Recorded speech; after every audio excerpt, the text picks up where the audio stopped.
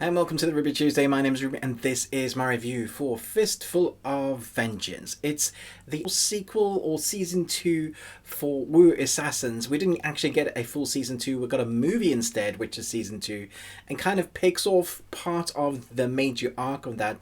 But really, this is a vengeance storyline. Let me know in the comments below, are you excited about this? Did you love season 1? Let's jump in. A revenge mission becomes a fight to save the world from an ancient threat when superpowered assassin Kai tracks a killer to Bangkok. So let's be honest, you're probably watching this for Iko Uwais, I'm terrible at pronouncing their name, who plays Kai Jin, been in amazing martial art films. Louis Tan again playing Lu Zhenli, amazing martial arts. So basically you're in this for the martial arts. If you've watched season 1 of Wu Assassins, then probably what you took out from that was the martial arts again. The thing I had issue with in the martial arts of season 1 was that because it was supernatural element, there was a lot of not actually touching, not fighting, and then the fighting seemed less than forceful or hurtful. And then occasionally they would go into it and you'd be like, well, where's the balance of this? Thankfully, in this movie, they embrace the violence, they embrace the gore, there's sex, nudity. It's a proper kind of nod to the action movies of old, the supernatural element mixed in there. But in no way am I saying this is a good movie for storyline or acting. It's cringy, cheesy. There are so many parts that made me just shake my head during the film. There's literally a scene where a van is turned upside down, someone throws a smoke grenade, and the cut that happens next is them outside of the van crawling forward, and it just doesn't make sense. So there are moments like that scattered throughout the film that if you went into this and went dissecting the film, you're just going to tear it to shreds. That's not what you should do with this film. If you clicked play on this, then you're in it for the martial arts. And I have to say, the martial arts choreography is a lot of fun, especially when it comes to our main two protagonists, the Wu assassin himself.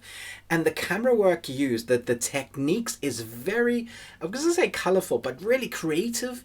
There's this one particular sequence where they're in a tower, and reminded me a little bit of the Raid movies, where there's a lot happening at different places over the bad guy's tower, supposed bad guy's tower, and so the camera literally follows from a crane shot up to two fight sequences happening at the same time, and then it kind of all in one sequence kind of swings over to the next bit where you're seeing another set of our heroes fighting the bad guys, and there's hordes and hordes of bad guys, and it does this classic cheesy thing where there's 6 guys surrounding one good guy and they fight him or her one at a time. Now, I won't say that everybody in this film is great at martial arts fighting. There's one particular protagonist that joins the team.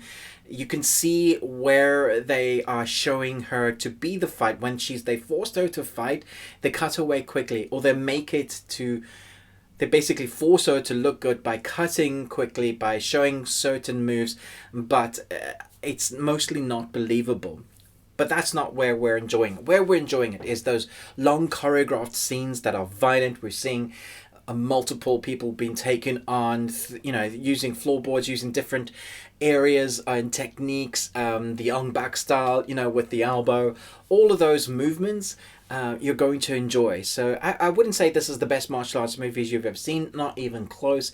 It's not even their best, and I would say if you're looking for some of the best, go and watch the Raid films or Ong Bak, like I mentioned. Those are amazing. But if you're looking for a tongue-in-cheek, cheesy, full-action nonsense film that could rival the Fast and Furious films for a series of martial art films that probably we're going to get more stories of in the silliness of the Fast and Furious films, if you sit back and just allow yourself to understand what this actually is, then you're going to enjoy this. But if you're looking at this with a critical eye, you're going to dissect every bit of this film and go, what is this nonsense? There's 2 types of people watching this film: purely enjoyment and martial arts. It actually has a great soundtrack as well. I reckon you could put this on your playlist and go, yeah, that was pretty cool. But the film critic in me couldn't help analyze some parts, and I ended up shaking my head. If I were to rate this, like analyzing it for a film and storyline and acting, I'd probably give it a 1 Nicolas Cage out of 5. But for enjoyment out of creative style usage in the martial arts with the supernatural elements, that was quite fun. And I give it a 3 out of 5 of Nicolas Cage's. So let me know your thoughts below. Were you excited for this? Did you enjoy season 1? Were you hoping to get more? I do think we're gonna get more, but probably continue in the way of the film series. I imagine there's more adventures. They even hinted that at the end. It's very cheesy, it's very silly. Martial arts is fun. It looks good for the most part. It's filmed well and creative. So a mixed bag. I reckon if you pushed play, then you know what you're in for. So thanks so much for watching this. Chat to me in the comments below. What is your favorite martial arts film of all time? Maybe not one, because that's really hard to choose. Name of 3. Thanks so much for watching, but most of all, until next time, remember, live long and Tuesday.